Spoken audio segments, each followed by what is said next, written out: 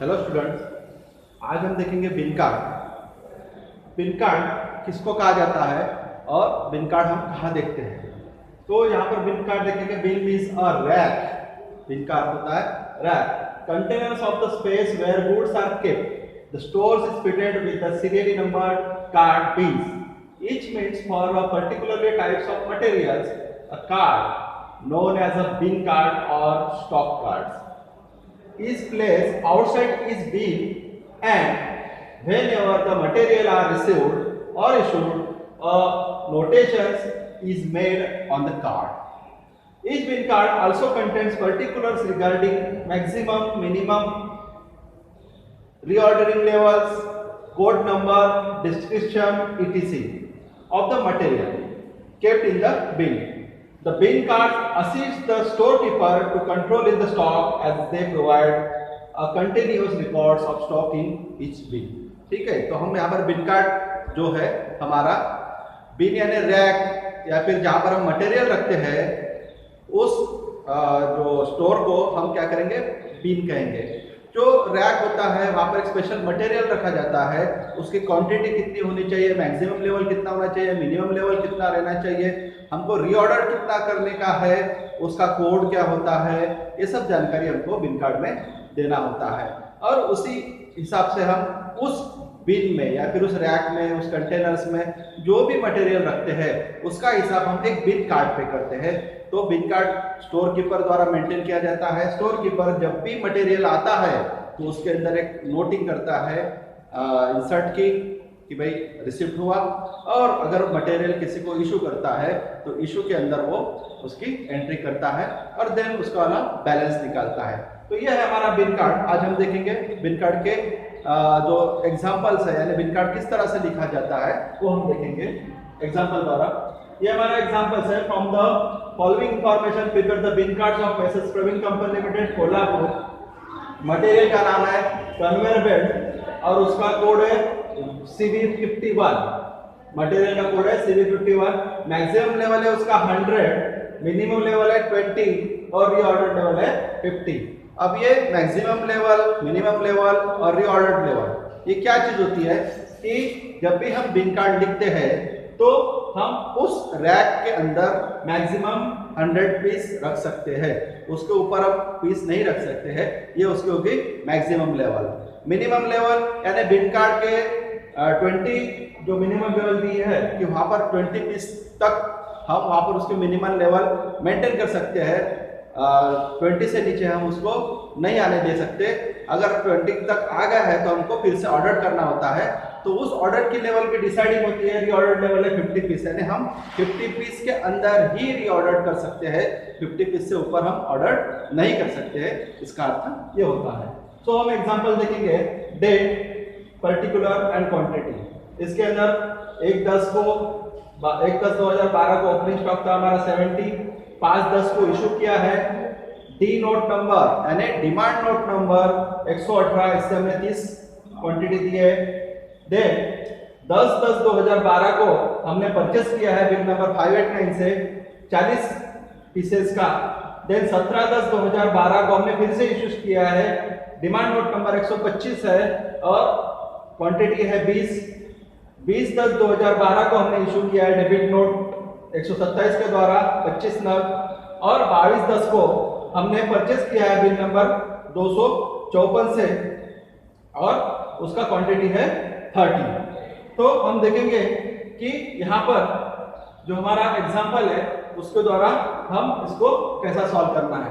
तो ये हमारा बिन कार्ड का प्रारूप है। बिन कार्ड के हिसाब से कंपनी का नाम है, then bin card number, maximum level, minimum level और रीऑर्डर लेवल, देन उसकी डिटेल्स क्या है, तो कोड क्या है और उसका स्टोर लेजर नंबर क्या है, यानी इस बिन कार्ड को हम किस स्टोर लेजर नंबर पे लिख रहे हैं ये इसके अंदर सब डिस्क्रिप्शन लिखा जाता है। ये इसका प्रोफार्मा है हमारा बिन कार्ड का। सो हम देखेंगे 1/10/2012 को एज पर एग्जांपल हमारा जो ओपनिंग स्टॉक था वो था 70, तो हमने ओपनिंग बैलेंस लिया 70 का, ठीक है। उसके अंदर हमने रिमार्क में साइन कर दिया। फिर हम देखेंगे कि 5/10/2012 को हमने डेबिट नोट द्वारा 118 के द्वारा उसको इशू किया 30 नग 30 क्वांटिटी को इशू किया।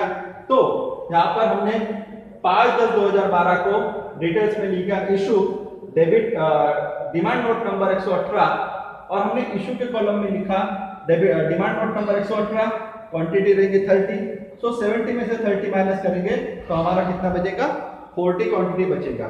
देन हमारे एग्जांपल अनुसार हमने 10/10/2012 को परचेस किया है, बिल नंबर है 589 और वो है हमारी 40 क्वांटिटी। सो हमने बिल कार्ड में एंट्री लेंगे 10/10/2012 को परचेस बिल नंबर 589।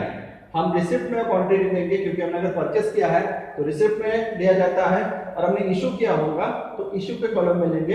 यहाँ पर हमने परचेस किया है इसलिए हम रिसिप्ट के कॉलम में लेंगे। बिल नंबर है हमारा 589, क्वांटिटी है हमारी 40। सो हमारा लास्ट बैलेंस बचा था 40 और हमारे को नया बैलेंस अभी मिला हुआ है 40, तो हमारा लास्ट बैलेंस बचेगा ये तारीख को 80। यहाँ पर हम सिग्नेचर्स कर देंगे। देन हमारे एग्जांपल अनुसार हमने 17/10/2012 को इशू किया मटेरियल, डिमांड नोट नंबर दी हमारी 125, उसके अनुसार हमने 20 क्वांटिटी को क्या किया है, इशू किया है। तो उसकी हम एंट्री लेंगे 17/10/2012 को issue debit note number 125, issue के कॉलम में आएगा तो डिमांड नोट नंबर हमारी 125, क्वांटिटी 20, 80 में से 20 क्वांटिटी गई तो हमारा बैलेंस बचेगा 60 का। देन नेक्स्ट डेट हमने 20/10/2012 को फिर से इशू किया और डिमांड नोट नंबर था 127, तब हमने इशू किया 25 क्वांटिटी। सो 25 quantity 20/10/2012 issue demand note number 127, issue के कॉलम में लेंगे हम 127 और क्वांटिटी लेंगे हमारी 25। सो 60 में से हमारा 25 इशू हुआ तो हमारा बैलेंस बचेगा 35, रिमार्क में आएगा साइन। सो नेक्स्ट हमने 22/10/2012 को परचेस किया है, बिल नंबर था हमारा 254, हमने परचेस किया है 30 नग हमने परचेस किया है। सो हमने 22/10/2012 को परचेस बिल नंबर है 254, हमको रिसिप्ट हुआ इसलिए हमने बिल नंबर लिखा 254 और हमको टोटल क्वांटिटी मिली 30।